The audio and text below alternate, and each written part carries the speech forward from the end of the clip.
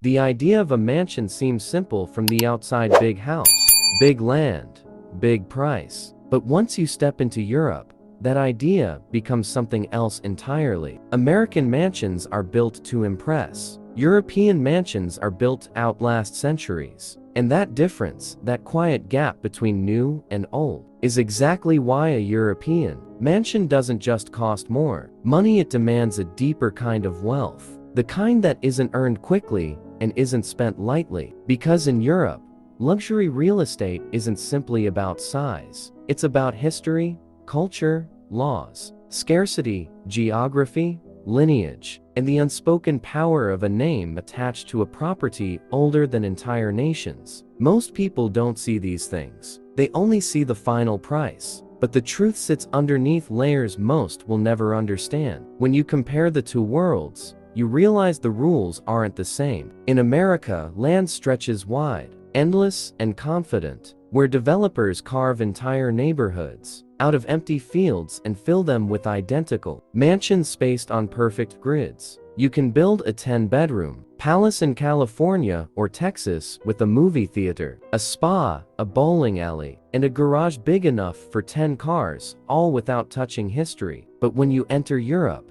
suddenly everything changes. There is no blank canvas. You are walking into a continent where every stone, every hill, every valley, every coastline has already lived 1,000 lives. No one builds a legacy overnight here. Legacies are inherited, protected, guarded like treasure. This is the first thing that makes European mansions more expensive. Scarcity. Not manufactured scarcity, not marketing scarcity, but real scarcity, the kind that can never be reversed. Europe simply doesn't have land left in prime locations. The coastline of the Amalfi, gone. Provence, taken generations ago. Swiss lakesides, completely owned. The English countryside, divided centuries before the United States even existed. When land becomes finite and protected by strict laws, its value doesn't just rise, it becomes unreachable for most people. And that's why American mansions feel accessible by comparison. If you have the money,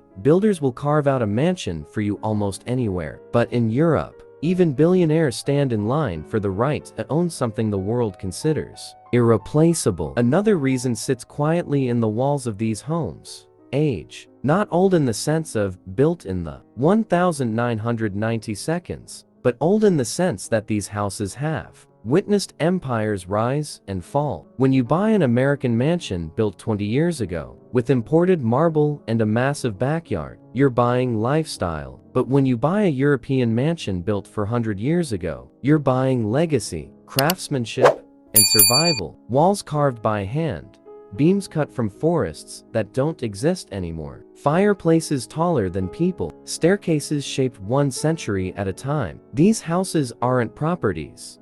They are living artifacts, and artifacts have value that no modern builder can recreate, no matter how much money they pour into the project. To maintain them, you need more than money, you need patience and endless care. American mansions can be demolished, rebuilt, redesigned, or expanded with ease. But a European mansion? You cannot simply tear down a wall. You cannot replace ancient stone with modern glass. You cannot change layouts without permits that take years. Most of these homes are protected under national heritage laws. That means every change must respect history. Even a tiny restoration requires specialists who charge more money than some architects, and they need months, sometimes years. This maintenance alone pushes the price far beyond anything a modern American mansion demands. Because you're not paying to live in the space, you're paying to preserve it. Then comes the location itself. Europe is small but diverse,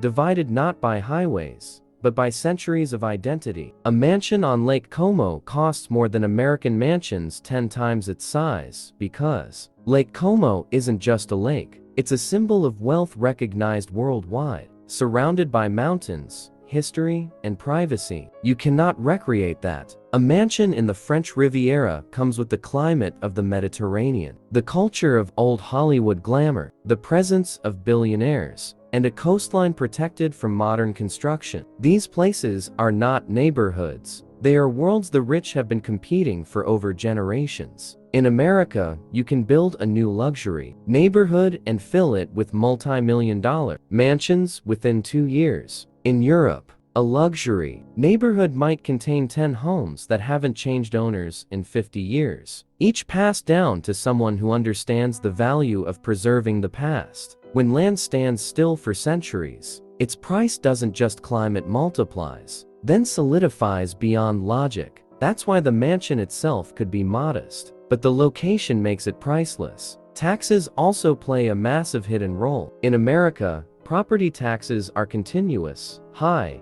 and tied to the value of the home. That means extremely wealthy people can build bigger and bigger houses. Because taxes are predictable, annoying, but manageable. But in Europe, property taxes vary wildly, and in many regions, they are not as high. The real cost isn't taxes, it's the acquisition. Europe makes it hard to buy, but once you do, you enter a world of protection. Owners hold on to these mansions for decades because selling them means giving up a piece of power, influence, and identity. Then comes culture. Americans see luxury as an accomplishment. Europeans see luxury as a responsibility. When an American buys a mansion, it becomes a symbol of success. When a European buys a mansion, it becomes a continuation of a story. That difference changes everything, because buyers approach it differently. In Europe, people don't buy mansions to impress. They buy them to belong to a tradition of wealth. And because of this mindset, the number of buyers capable of entering this world is extremely small. But when the buyer pool is small and demand is emotional,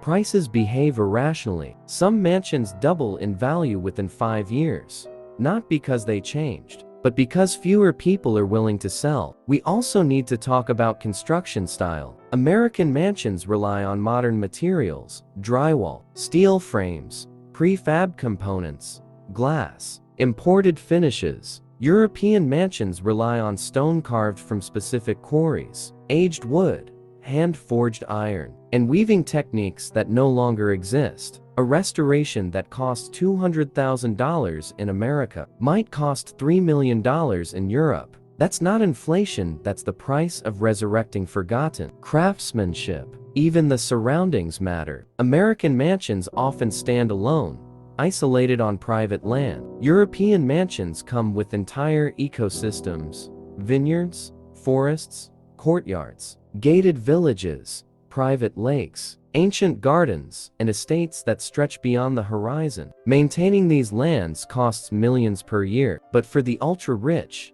this is part of the appeal. They aren't buying a house, they're buying a domain. And maybe the most interesting difference of all is this: European mansions carry reputation. The name of the house, the region, the architectural style, the previous owners. These details influence the price almost as much as the property itself. You're not just purchasing stone and land, you're purchasing a story that carries its own social weight. This is why billionaires keep returning to Europe. Even when America offers more land, more space, more modernity, and more flexibility, European mansions carry something America cannot mass produce: intrinsic prestige. They offer a deeper kind of power, one that doesn't need to shout. If you want more insights like this, stay right here on Velvet, where luxury is more than money, it's meaning. Make sure you subscribe, because what comes next will take you deeper into the world the wealthy never explain.